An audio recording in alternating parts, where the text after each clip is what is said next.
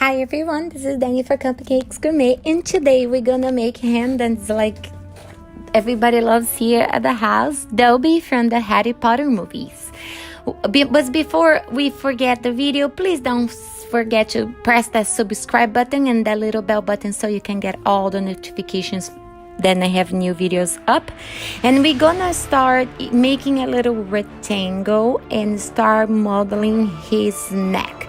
He is very skinny and very tiny, so I'm making one just to put on the top of the cake. So you can make it as big as you need it, but like all body parts are very skinny and little. So this is the whole body, and I'm already marking the neck with my fingers. I'm not using any tool by now, just separating to see where I want it to be each place of his body.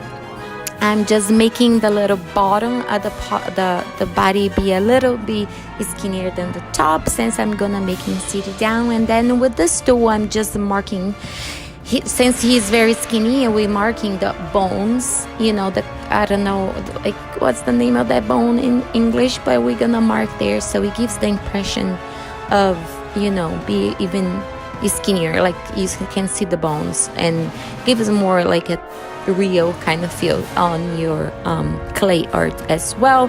And with the silicone tool, I'm just making little marks to look more like skin, and we're gonna start with rolling just like that, and then push a little bit more on the sides. You see, then I can see my three fingers there in the middle. I go up and down, and has the excess on both sides. So that means that for me, if I cut it right in the middle, I have the same amount of clay and the same amount of thickness on both of the arms.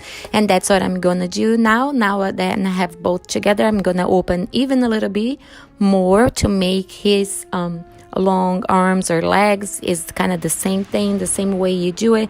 I'm flattening that out with my hands, and I'm putting on the floor, and the floor because it's a foot.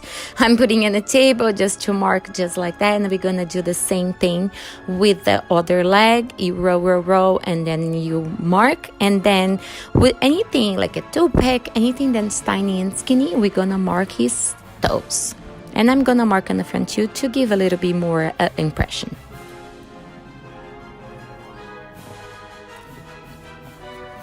Don't forget, if you haven't subscribed yet to my Cupcakes Gourmet Instagram, go there, because there has way more pictures, way more stuff than sometimes when I'm here, especially in this month of Halloween, because it was crazy with the party. So sometimes I have time to just, take a little fast picture and put it there.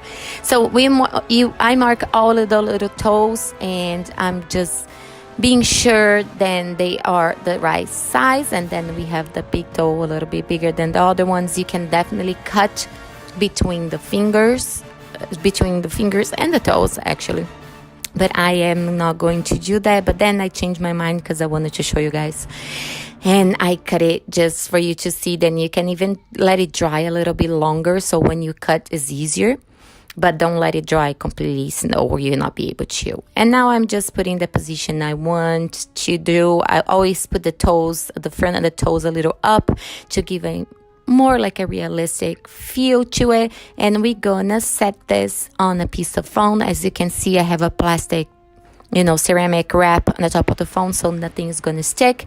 And I'm gonna start building the way I want him to be. Since I want him to be sitting on the cake, we're gonna place the two legs down, and then we're gonna hold the two legs on the body already before it starts drying. You can use definitely a toothpick or anything like that. And we're gonna just place right there. Since I'm making mine very tiny, I don't need to worry too much about it not sticking or falling. So I'm just gonna let it dry just like that to see what's gonna happen.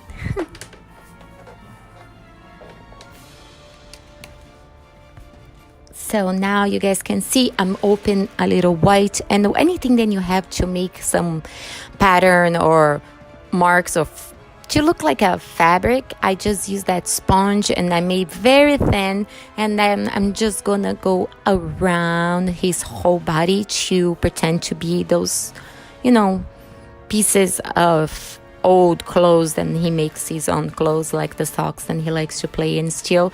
And you're gonna go all around. I'm using white. I know that at the movie is a little bit more like dirty, you know, creamy, dirty color, but I will do that after once it's dry with my chalk pastel. And now we are going to do the same way we did for the legs, but in a smaller portion to make his arms.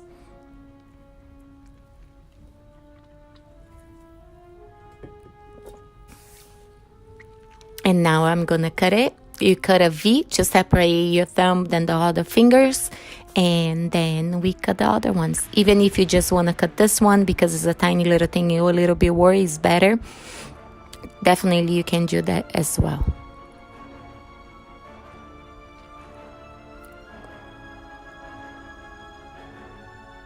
Here we go. I know that I got a lot of messages asking how was the Halloween party. I made a fast video then before this one. You guys can check it out with some of the footage that I have. I know I always say that and I regret it. It's like super, you know, going crazy, putting everything together, turning every light on, making every projector to be working and everything. So I kind of, and then people are starting to come and I make everybody's makeup. So I never had it like the whole true walkthrough video, but a lot of friends are sending to me. I made a little one, but if you guys really want to see it, just let me know. I can try to make one with a little bit more, you know, footage.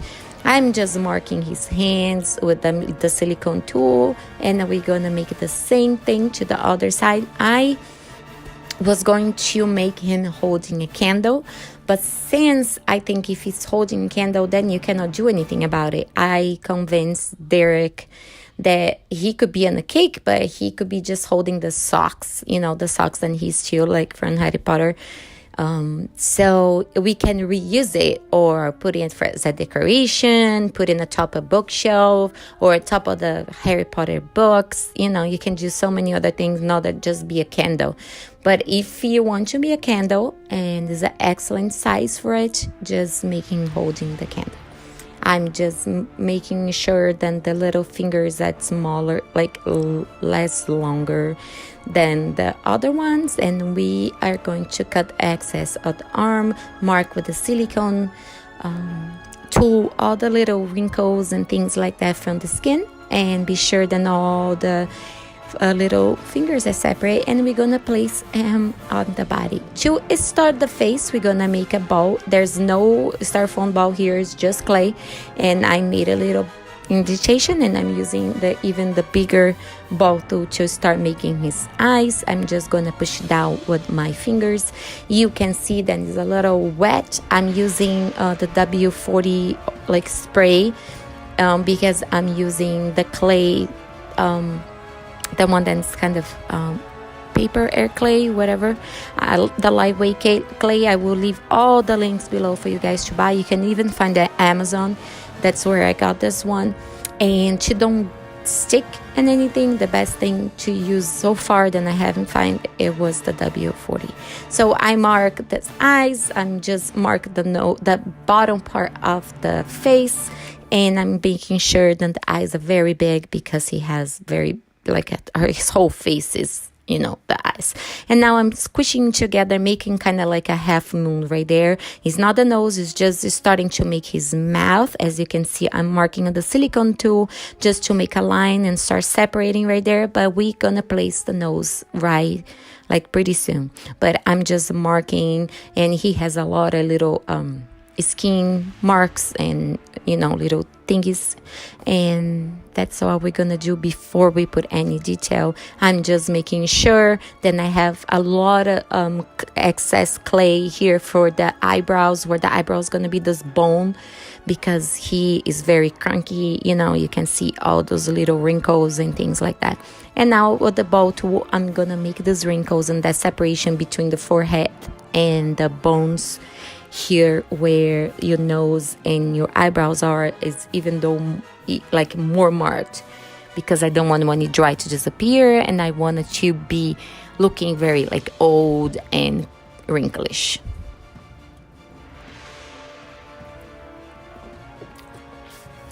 Just keep looking if you're not losing this, the space for the eyes, and then everything is straight. And now we're gonna start making the nose. You make a teardrop shape and you squish it on one side to look like a L. You see, that's like a triangle, and we're gonna place right in the middle. You can start like smoothing it out both sides, but I didn't worry too much. I smoothed and the top of the nose, as you can see, to the eyes, but on the bottom doesn't really matter because we're gonna put even more details and more wrinkles, so it's something that you don't need to go crazy about it. But the top of the nose, don't forget to smooth and make doesn't look like we put the nose on top of him, then it's all kind of one thing. So take your time and smooth everything. And again, the W40, I will see if I can find a picture for you guys, is the best thing to use this clay. So I'm gonna make even bigger, even deeper where the eyes are gonna be. As you can see, I'm making really an indentation there, seeing if all my marks are in the same place. And then I'm happy the way it shapes a little bit. And then we're gonna put 2 little balls, one in each side of his nose, because he has a very big nose and he actually had those little balls there. I did not smooth it out. As I always say, you should have a picture of it. And I had like an old toy, then the kids had it, so kind of didn't have a picture, but always print a picture and put it around for you. So 2 teardrop shapes, very like with a lot of clay. We're gonna squish down to start making his ears. I'm gonna mark the wrinkles everywhere, just go all over to make very wrinkish and very like textured. And now we are going to start modeling his ears. He has a very, very big ear. If you're using clay, some types, the like cold porcelain, and this one kind of a little bit too, they shrink when they dry, so remember to always make a little bigger. I'm just gonna cut the center flat because that helps me when I want to glue to his head. And I'm gonna do the same thing to the other side, and we're gonna get this ready to go place on the head.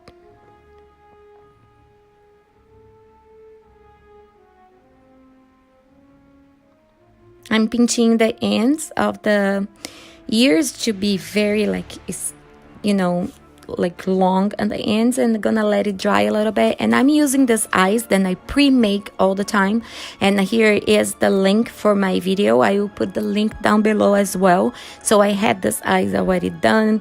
I didn't make it right now, so I'm showing the video if you guys want to do. I make with Fimo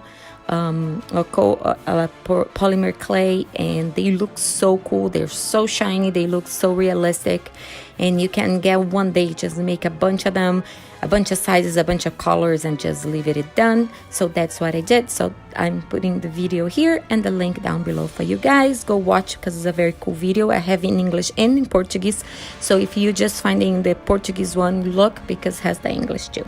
And now I put a little bit of the clay and then between the end of the eyes and the skin, so we can make the eyelids. So with the eyelids, you're gonna just kind of give a finishing and make this eye really belong to the face. And we're gonna do that in the bottom part and the top part, and go slowly, get a little bit of clay, put it on and go around, and then you can get a little bit more. It's easier to go slower and putting piece to piece to piece until you're happy the way the eyes are on the face. Then put a bunch of clay, and then you cannot get it out. It's always sticking, it's making a mess, or it's too big, it's too thick, and it's not looking realistic. I know that takes a little while. I'm fasting forward because I wanted to show how many times I put a little piece of clay and went around to give the finishing for that eye. So he's very wrinklish, he's very full of details, so I go slow, go making other marks, make the eyelids and the both sides and on the top and the lower one very, very thick and full of wrinkles. And then you can see that I went tons of times each of the sides until I was happy to it.